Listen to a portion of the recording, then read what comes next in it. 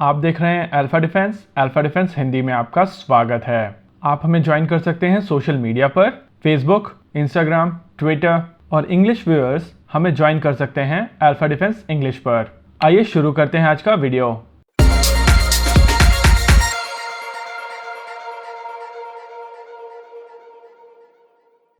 आज के इस वीडियो में हम लोग बात करेंगे एल&टी के अंडर वाटर व्हीकल्स के बारे में और समझने की कोशिश करेंगे कि ये व्हीकल्स कितने केपेबल हैं। ये बात किसी से छुपी हुई नहीं है कि एल&टी भारत के न्यूक्लियर सबमरीन प्रोग्राम से जुड़ी हुई है और उसके वजह से एल&टी को एक बहुत ही बेहतरीन एक्सपीरियंस मिला है नेवल सिस्टम्स में। इस चीज का यूज करते हुए एल&टी ने कुछ अंडर वाटर व्हीकल्स बनाए हैं और ये अंडर वाटर व्हीकल्स काफी ज्यादा केपेबल हैं। इन अंडर वाटर व्हीकल्स को आप अंडर वाटर ड्रोन्स कह सकते हैं और अगर समझा जाए तो ये ब्रॉडली दो तरीके के होते हैं। पहला अंडर वाटर ऑटोनोमस व्हीकल और दूसरा under water remote controlled vehicles.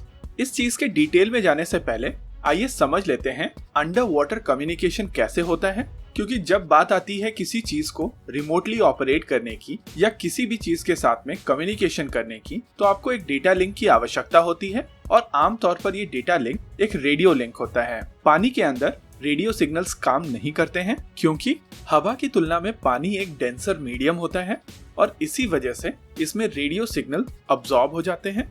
इस चीज से बचने के लिए पानी में कम्युनिकेशन के लिए अकाउस्टिक का प्रयोग किया जाता है, यानी कि साउंड का।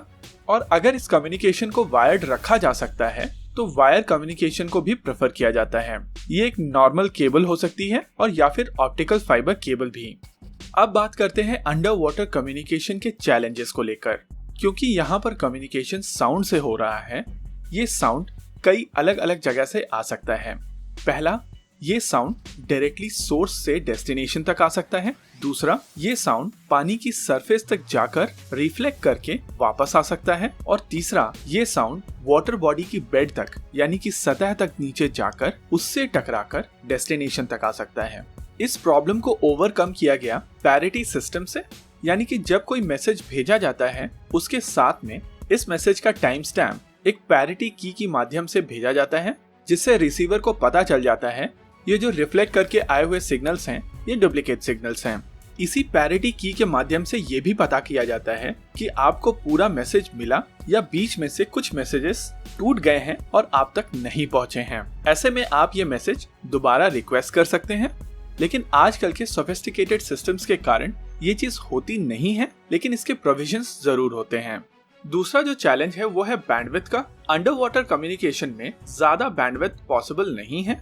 साथ ही अंडर वाटर कम्युनिकेशन में एम्बिएंट नॉइस बहुत ज्यादा होती है और इसी वजह से मॉड्यूलेशन की आवश्यकता होती है।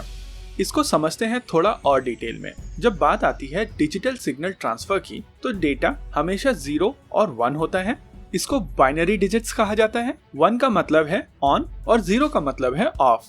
अगर इसको सिंप्लीफाई किया जाए तो मान लीजिए आप और मैं रात के समय दो अलग अलग छतों पर हैं और हम लोगों ने कोड डिसाइड किया है कि मैं 3 बार टॉर्च जलाऊंगा तब आप नीचे आएंगे। अगर इसको हम लोग बाइनरी में कन्वर्ट करते हैं तो जब टॉर्च ऑन है तो सिग्नल जाएगा 1 और जब टॉर्च ऑफ है तो सिग्नल जाएगा 0, यानी कि नीचे मिलने का कोड है 0 1 0 1 0 1 0। पानी के अंदर कुछ इसी तरीके से कम्युनिकेशन होती है, बस फर्क इतना होता है कि यहाँ पर लाइट की जगह साउंड का प्रयोग किया जाता है। और इस एग्जाम्पल में जो टॉर्च की बीम ने काम किया था उसको कहा जाता है कैरियर सिग्नल, यानी कि ये सिग्नल आपके मैसेज को कैरी करता है। इसमें कोई इंफॉर्मेशन नहीं होती है, बस एनर्जी होती है। मॉड्यूलेशन की बहुत सारी अलग अलग तरीके की टेक्निक्स होती हैं और अकाउस्टिक कम्युनिकेशन में आमतौर पर बहुत सारे अलग अलग तरीके के मॉड्यूलेशन मेथड्स का प्रयोग किया जाता है, जैसे कि frequency shift keying, phase shift keying, frequency hop spread spectrum, direct sequence spread spectrum, frequency and pulse position modulation, multiple frequency shift keying, orthogonal frequency division multiplexing और भी कई अलग अलग तरीके के मॉड्यूलेशन मेथड्स यूज किए जाते हैं। अगर यहाँ पर एक एग्जाम्पल लिया जाए फ्रीक्वेंसी शिफ्ट कीइंग का, तो यहाँ पर आप दो अलग अलग तरीके की फ्रीक्वेंसी ले लेते हैं और अगर इनको नाम दिया जाए तो ये फ्रीक्वेंसी F0 और F1 हो सकती हैं, यानी कि कोई भी दो फ्रीक्वेंसी। और जब पहली फ्रीक्वेंसी आती है यानी कि F0 तो आपका मैसेज होता है 0 और जब F1 आती है तो आपका मैसेज होता है 1। इस तरीके से कम्युनिकेशन होती है। इसके बारे में हम लोग और भी ज्यादा डिटेल में बात करेंगे जब हम लोग बात करेंगे सोनार्स के बारे में, और क्योंकि अब हम अंडर वाटर कम्युनिकेशन समझ चुके हैं, तो चलते हैं वापस एल&टी के अंडर वाटर व्हीकल्स के ऊपर। एल&टी दो कैटेगरी के अंडर वाटर व्हीकल बनाती है, पहली ऑटोनॉमस कैटेगरी और दूसरी रिमोट कंट्रोल्ड। ऑटोनॉमस कैटेगरी के अंडर वाटर व्हीकल्स में इनका मिशन प्रोग्राम कर दिया जाता है और ये बिना किसी कमांड के अपना मिशन कंप्लीट करने में सक्षम होते हैं। इस कैटेगरी में एल&टी के पास दो अंडर वाटर व्हीकल्स हैं। पहला है अदम्य। AUV अदम्य को पूरी तरीके से एल&टी ने बनाया है। इसकी डिजाइन काफी ज्यादा यूनिक है और इसको सबमरीन के टॉर्पीडो ट्यूब से लॉन्च किया जा सकता है। सबमरीन के टॉर्पीडो ट्यूब से लॉन्च होने के लिए इसका डायमीटर कम रखना जरूरी था और इसी वजह से इसका डायमीटर 21 इंच से कम है। आमतौर पर सबमरीन दुश्मन के शोर तक नहीं जा सकती। उसका एक और कारण होता है कि ये सबमरीन्स एक डेप्थ के बाद एंटी सबमरीन वॉरफेयर के वजह से वल्नरेबल हो जाती हैं और कुछ टारगेट्स ऐसे होते हैं जिनके लिए पूरी सबमरीन शोर तक ले जाना ओवरकिल होता है और इस तरीके के मिशंस के लिए ये AUV काफी ज्यादा हैंडी आते हैं। इस अंडर वाटर ऑटोनोमस व्हीकल की एंड्योरेंस 8 घंटे की है। ये 500 मीटर की डेप्थ तक जा सकता है और इसकी स्पीड 6 नॉट्स की है। ये ऑटोनोमस व्हीकल हर तरीके के पेलोड ले जाने में सक्षम है, चाहे ये पेलोड रिकॉनेसेंस के लिए हो या फिर कम्युनिकेशन के लिए। इस अंडर वाटर ऑटोनोमस व्हीकल में कॉन्ट्रा रोटेटिंग प्रोपेलर का प्रयोग किया जाता है। इसके वजह से ये अपनी स्पीड मेंटेन रख सकता है, बावजूद इसके कि इसका डायमीटर काफी कम होता है। और इसका डायमीटर कम रखने का कारण ये है कि इसे टॉर्पीडो ट्यूब से लॉन्च किया जा सके। एल&टी का अगला AUV अमोघ है। इसको एल&टी ने इटाली की एक कंपनी एज लैब के साथ मिलकर बनाया है। अदम्य की तुलना में अमोघ थोड़ा ज्यादा बड़ा है। इसकी लेंथ अदम्य की तुलना में आधा मीटर लंबी है और इसका डायामीटर 27.5 इंच का है, यानी कि इसको टॉर्पीडो ट्यूब से लॉन्च नहीं किया जा सकता। हालांकि अदम्य की तुलना में अमोघ तकरीबन 3 गुना ज्यादा एंड्योरेंस रखता है। इसकी एंड्योरेंस 22 घंटे की है। ये हर तरीके के अंडर वाटर सर्वेलेंस, हाइड्रोग्राफिक सर्वे और रिकॉनेसेंस वाले रोल करने में सक्षम है। इस AUV को एक अकाउस्टिक राउटर की तरह भी यूज किया जा सकता है, यानी कि अगर आप कई सबमरीन्स का एक जाल बिछाना चाहते हैं और इनको आपस में थोड़ा दूर रखना चाहते हैं तो वो भी इस AUV की मदद से किया जा सकता है। और ये AUV एक सबमरीन से डेटा दूसरी सबमरीन तक पहुंचाएगा, जैसा कि एक राउटर करता है। इन दोनों सिस्टम के अलावा एल&टी के पास 2 और प्रोडक्ट हैं, जिनमें से एक एक्सपैंडेबल टारगेट है। इसका नाम है AUV माया।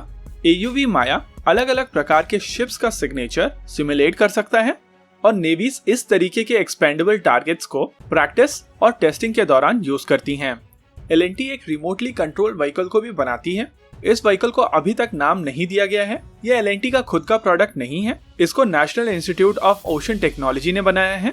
ये एक एजुकेशन इंस्टीट्यूशन है जो चेन्नई में स्थित है। ये सिस्टम 6000 मीटर तक की गहराई तक जाकर इंस्पेक्शन और रिकवरी कर सकता है। ये सभी सिस्टम फोर्स मल्टीप्लायर्स हैं और आने वाले समय में जब ये सारे सिस्टम भारतीय नौसेना के बेड़े में शामिल होंगे तो भारतीय नौसेना की ताकत बहुत हद तक बढ़ जाएगी। और पिछले हफ्ते जब रक्षा मंत्री राजनाथ सिंह को आत्मनिर्भर भारत सप्ताह के दौरान वीडियो कॉन्फ्रेंस पर देखा गया था तो उनके पीछे के बैनर में अंडर वाटर ऑटोनोमस व्हीकल लिखा हुआ था, अर्थात आने वाले कुछ समय में इन सभी सिस्टम के ऑर्डर दिए जा सकते हैं। आपको क्या लगता है, बताइए हमें कमेंट सेक्शन में। आगे आप कौन सा वीडियो देखना चाहते हैं, बताइए हमें कमेंट सेक्शन में। वीडियो को अंत तक देखने के लिए धन्यवाद। अगर आपको वीडियो पसंद आया हो तो आप इसे अपने दोस्तों के साथ जरूर शेयर करें और अगर नहीं पसंद आया तो बताइए हमें कमेंट सेक्शन में आखिर क्यों। देखते रहिए अल्फा डिफेंस। धन्यवाद। जय हिंद।